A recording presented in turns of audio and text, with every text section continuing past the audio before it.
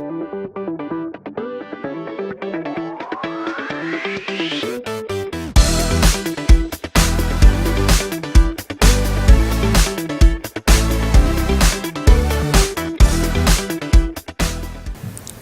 right, thank you. Good afternoon, everyone. Thanks for coming. And today I'll be talking about work we did at Columbia on the interplay between gender and power in the context of social interactions. The computational analysis of power has generated great research interest recently. Early approaches towards this problem have used social network analysis, where you analyze the communication networks between people in a community and analyze power relations from that. And more recently, NLP techniques have been applied to this problem so that we can extract or capture linguistic patterns that reveal social power relations. Early approaches using NLP have used basic NLP approaches to detect words and phrases that reveal power relations. More recently, deeper NLP analysis have been used for these purposes. These approaches have ranged from formality to linguistic coordination and so on. And in our own work, early work, we have focused on dialogue structure analysis and looking for patterns in dialogue structure and correlating that with power relations. The work that I'm going to be presenting here is based off of work that we presented earlier this summer in ACL, where we presented the problem of predicting the social power relation between a pair of participants in the context of a single thread of interactions. In this work, the question that we are asking is, does the gender of participants affect the manifestations of power in social interactions, the manifestations that we have studied in the ACO and as was presented in the ACO? This is the outline of the rest of the talk. I will first present the gender-identified Enron corpus, which is one of the major contributions of this work. And followed by, I'll talk about the effects of gender and in the manifestations of power. And then I'll talk about this notion of gender environment and its effect in the manifestations of power.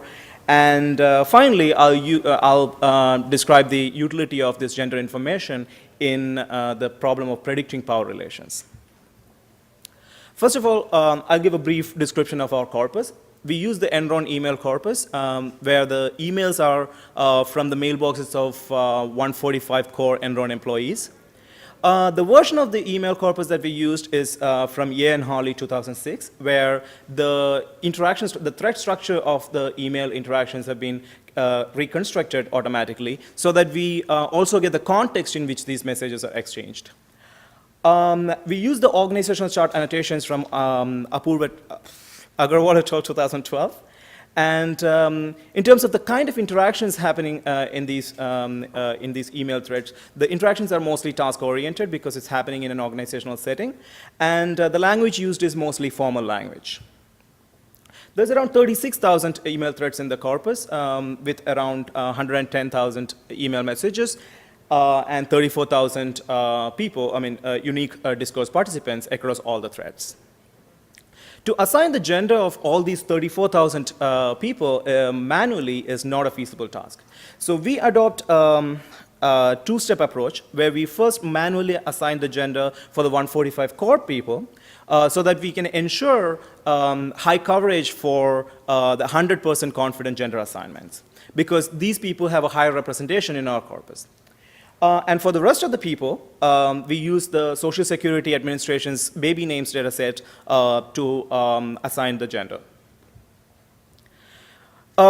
For the manual gender assignment, what we did was, for all the 145 people, we did online research on these people. And since these people were in the top positions in the Enron, they were written about, and there are articles referring to them. So we looked for gender-revealing pronouns and addressing forms in articles that referred to them.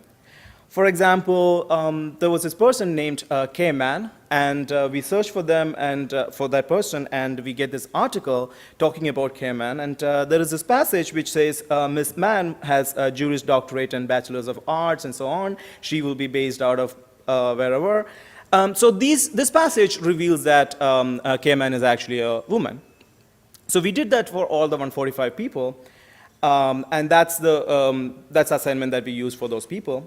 And then for the rest of the people, we use the automatic gender assignment. So here we extract, the first challenge is to extract the first name of these people, because we, in the corpus, it's represented as there's a name field which is kind of free form. So it doesn't follow a particular format. So we have to first sort of deduce the first name from that.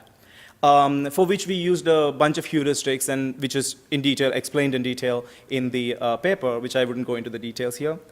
And the next step is to identify the ambiguity or assess the ambiguity of these names, for which we use the Social Security Administration's data set. So the way we did this is we calculated the difference between the percentage of men and percentage of women who have a given name, and then we subtract that from 100 so that we get a score ranging from 0 to 100, 100 being the most ambiguous names. So in this case, John and Sarah has a very low ambiguity score, whereas Kim has a high ambiguity score of 32. There's around, the numbers are given there. So once we have this ambiguity score, we assign the gender by keeping a threshold on this ambiguity score. For this work, we have used the ambiguity threshold of 10. That is, we assign gender only if the name has an ambiguity score less than 10. So in this case, Kim wouldn't get a gender assigned. So how well did this automatic gender assigner perform? So here we basically we evaluated it against our manually assigned core people, and we obtained a coverage of around 90%, which means that around 10% of the people, the names were had ambiguity scores higher than 10, so it did not assign a gender. And for the ones that it did assign the gender, there was around 89, the accuracy was around 89%. So we then analyzed the errors that were made, and it turns out that all the errors were due to incorrectly identifying the first name, because name fields sometimes, especially in the top of the hierarchy, the name fields sometimes also contain the secretary's names. So there were like multiple names captured there, and the system picked the wrong name. And we hope that this does not happen in the middle and lower levels of hierarchy. Some statistics on the corpus, we have around 97,000 messages with senders gender identified, which is around 87% of the data set. If you consider in terms of the people whose gender identified, around 67% of the people we identified the gender, and around 50% of the threads we were able to identify all the participants' gender, and that's a subset that we use in this study. We have around 66 to 34% split on if you consider the percentage of people male versus female. And similarly, if you consider the number of messages, there's a 58 to 42% split. Now, just a comparison with other previous work. There have been some previous work on using this email corpus, Enron email corpus for gender prediction, for example. So for those, there are like some smaller data sets out there, and if you, on comparison, our corpus is orders of magnitude larger than those corpora. So we hope that this would be a useful resource for even work that is done in that research area. Moving on. Next, we study or describe the study on the effects of this gender in the power manifestations. So here, as I said, we use the problem formulation from ACL 2014, where given a single email thread interaction, the question is, does the structure of an interaction correlate with the power relations between participants?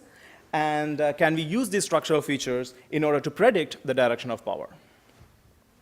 More formally, the problem is defined as follows. Given an email thread T and a related interacting participant pair P1, P2, can we automatically predict the direction of power?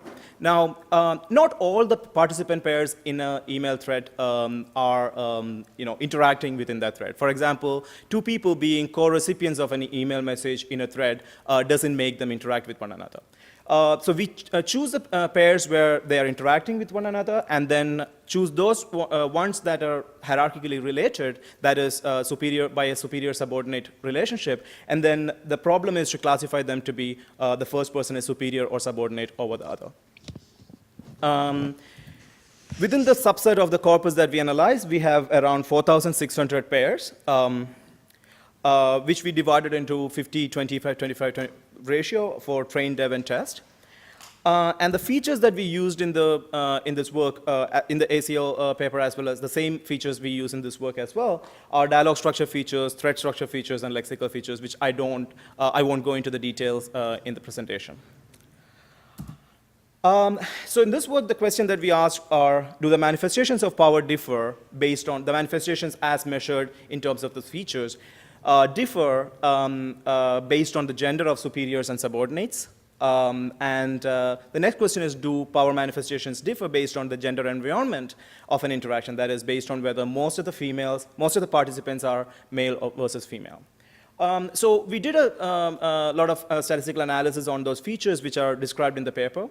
But the approach that we took in this work was to consult sociolinguistic literature in this area related to power and gender, and inform ourselves and help us. That helped us to sort of formulate the hypothesis that we are going after. So this is some of the sociolinguistic literature that we have that have influenced our work very much. So there's work by Shari Kendall and Deborah Tannen on the interplay of gender and power and language.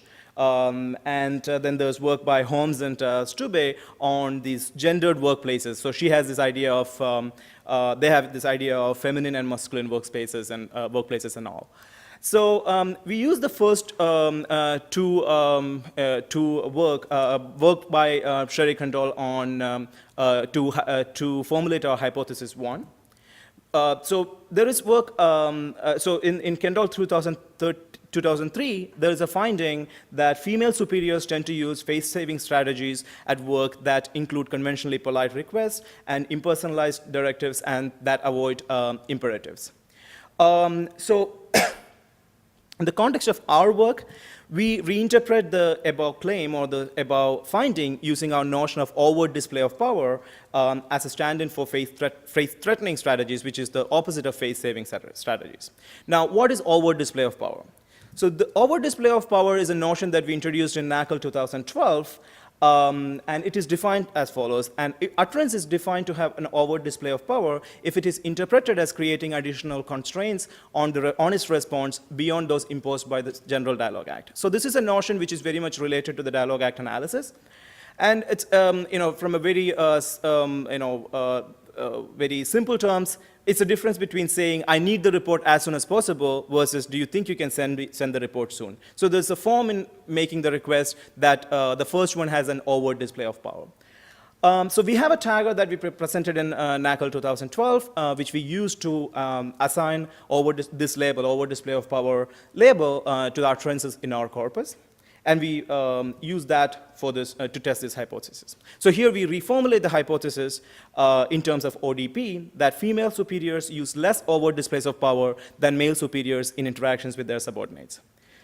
So when we look at the difference between subordinates and superiors, superiors tend to use significantly more overt displays of power than subordinates. So this was something which we already found in the ACL paper as well, and even in this data set, it still holds. When you look at the difference between male and female, men tend to use more overt displays of power than women. That is, so these are all statistically significant results. But the more interesting result comes when you look at the factorial groups of these groups. That is, female subordinates. The first one is female subordinates, female superiors, then male subordinates and male superiors. So first of all, the results verify, validate the hypothesis that we are testing. That is, female superiors use significantly less overt displays of power than male superiors. But there's something more interesting that we find here, that there's no significant difference between female subordinates, female superiors, and male subordinates, but male superiors have significantly different value, higher value for overt displays of power. So that means that the fact that superiors use more overt displays of power is entirely due to male superiors using overt displays of power. And similarly, men using overt displays of power is also entirely due to male superiors using more overt displays of power. Now, so that's something which is more interesting than what we actually went for, something which we discover in our analysis. Now, next, the notion of gender environment. So here we use the work by Holmes and Stube, where they study the workplace interactions across different gendered workspaces. That they had this notion of feminine versus masculine workplaces. And so in that work, they did a case study on analyzing the way a female manager interact in a predominantly feminine environment or feminine workplace versus a masculine workspace. So the feminine workplace was an office which is predominantly female and a white-collar knowledge industry government organization. And the masculine workplace was a factory where majority of the staff is male. So they did a lot of different analysis on that, but this was an idea which was intriguing for us. So we sort of adopted this notion into our problem or our analysis framework, and we defined this notion of gender environment at the granularity of an interaction. So we define the gender environment as the gender composition of a group in terms of, of who are communicating in that interaction. And so we have these three different gender environments: female environment, mixed environment, and male environment, based on the percentage of female participants in that interaction. Now, one of the work, Holmes and Stube did a lot of analysis in this work, and one of the things that they explored was that women, when interacting among themselves, use language to create and maintain social relations. For example, they use more small talk. So this was presented as a reported stereotype that they tested in their work, and they actually found that is the case in some cases, but they also found negative evidence for that. So in our work, we reinterpret this above statement using our conventional dialogue act. That is, we obtain these conventional dialogue acts using the dialogue act analysis as a stand-in for the language to create and maintain social relations. So conventional dialogue act basically stands for things like greetings and sign-offs and salutations and so on. So the purpose of small talk in many of these like meetings or organizational meetings are actually enabling the communication or enabling the content communication. And in written interactions, these conventional dialogue acts act the same purpose. So that's the motivation behind we going for this. So here, we reformulate the hypothesis or the statement in terms of this hypothesis. Female environments will contain higher number of conventional dialogue acts. When we look at the difference between subordinates and superiors, subordinates tend to use a lot more, significantly, this difference was significantly more conventional dialogue acts than superiors. When you look at the gender environment, however, the difference was not that much. They were not that much different. The count of conventional dialogue acts was not that different. They were, in fact, significantly not different. Not significantly different. So this kind of looks like a negative result in this case. So when we look at the factorial groups of subordinates operating in female environments versus subordinates and superiors in female environments. So all the 6 different factorial groups of this power and gender environment. It turns out that subordinates use a lot more conventional dialogue acts in female environments. And in fact, that is the only group that is significantly different from all other groups. And all other groups are not different significantly. So basically what this means is that, our hypothesis is only partially verified. That is, subordinates and but something with a nuance, actually. The subordinates in female environments actually use a higher number of conventional dialogue acts, but it's not just all through the female environments. Now, moving on to the utility of gender information in power prediction. So here we use the power prediction system that we presented in ACL 2014, where we used a quadratic kernel SVM classifier to do the prediction. It used lexical and thread structure features to make the prediction. And we added the gender features here.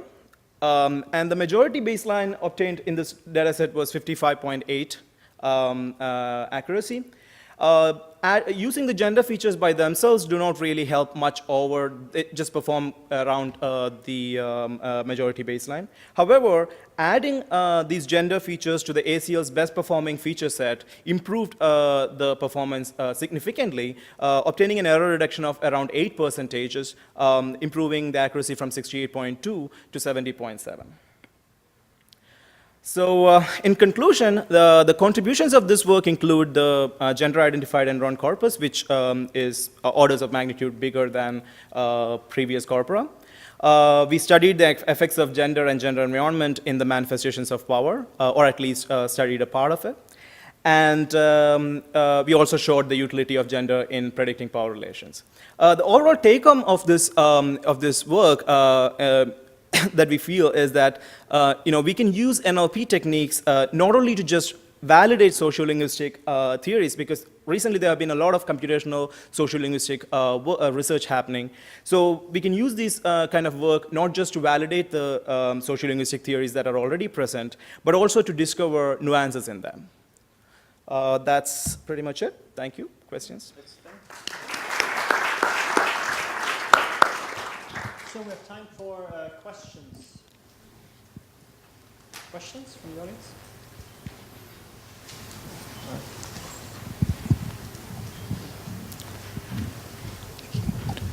Thank you, very cool work.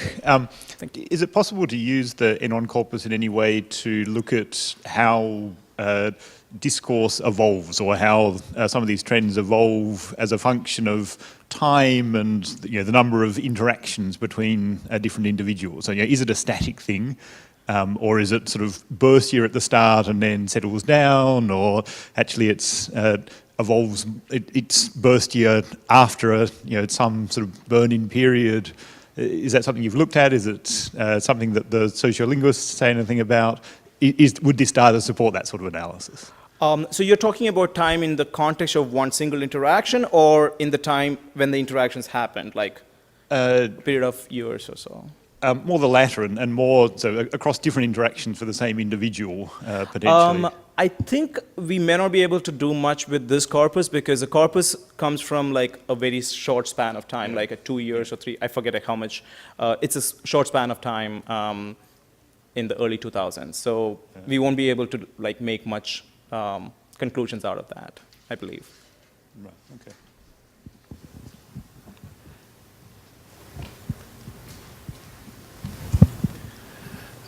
Did you ever look at the personal preferences of this use of language, whether the differences between persons and in a gender group, how they are distributed, whether this is more a personal thing, and the differences between persons in a gender group do matter a lot, or is it just a... We have not looked at it from a personal, like we haven't identified the interactions at a personal level and sort of like looked at separately. It's something which we could look at and see if there is some certain set of people who are more inclined to use these things than that. So we haven't done that. Thanks.